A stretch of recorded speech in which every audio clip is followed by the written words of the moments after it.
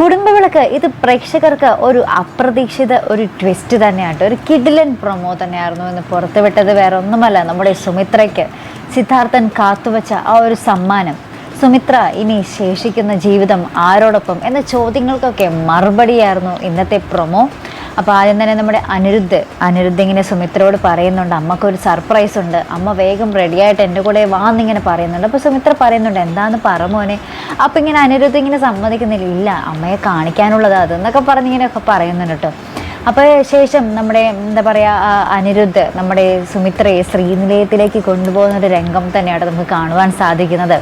അപ്പോൾ നമ്മുടെ സുമിത്രയോട് ഇങ്ങനെ അനിരുദ്ധ് പറയാം, അമ്മ കണ്ണുപൂട്ടിയിരുന്നു, സ്ഥലം എത്തുമ്പോൾ ഞാൻ പറയാം, അപ്പോൾ കണ്ണ് തുറന്നാൽ മതി എന്നൊക്കെ ഇങ്ങനെ പറയുന്നുണ്ട്. അപ്പം നമ്മുടെ സുമിത്ര എന്നിട്ട് വലത് കാൽ വെച്ച് ഇങ്ങനെ കയറുന്നതും അപ്പോൾ ഇങ്ങനെ കണ്ണ് തുറന്ന് നോക്കുമ്പോൾ ശ്രീനിലയത്തിൽ ഇനി അവർ എല്ലാവരും കൂടെ ഒരുമിച്ച് ശ്രീനിലയത്തിൽ തന്നെയാണ് താമസിക്കാൻ പോകുന്നത്. അതെ, നമ്മുടെ കുടുംബവിളക്ക് അപ്രതീക്ഷിത ഒരു ട്വിസ്റ്റിലേക്ക് തന്നെ യാത്രയായിക്കൊണ്ടിരിക്കുകയാണ്.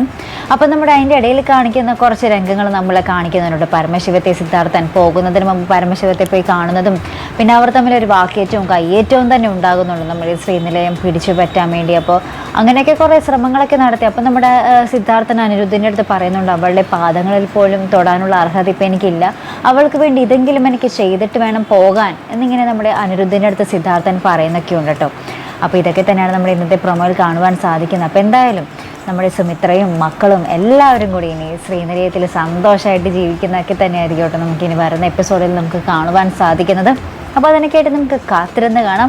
കൂടെ തന്നെ നമ്മുടെ രഞ്ജിത പൂജ എന്താ പറയുക, ഇപ്പോൾ സുമിത്രയുടെ അരികിലേക്ക് പൂജ വരാനുള്ള ഒരു തയ്യാറെടുപ്പിലാണ്. അപ്പോൾ പൂജയെ എങ്ങനെയെങ്കിലും തടയാനുള്ള ഒരു ശ്രമവും നമ്മുടെ രഞ്ജിതയും പങ്കജൊക്കെ നടത്തുന്നതും നമ്മുടെ പ്രൊമോയിൽ കാണുവാൻ സാധിക്കുന്നുണ്ട് കേട്ടോ.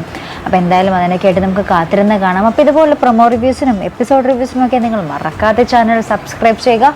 അടുത്തൊരു വീഡിയോയുമായി വരുന്നത് വരയ്ക്കും ബൈ.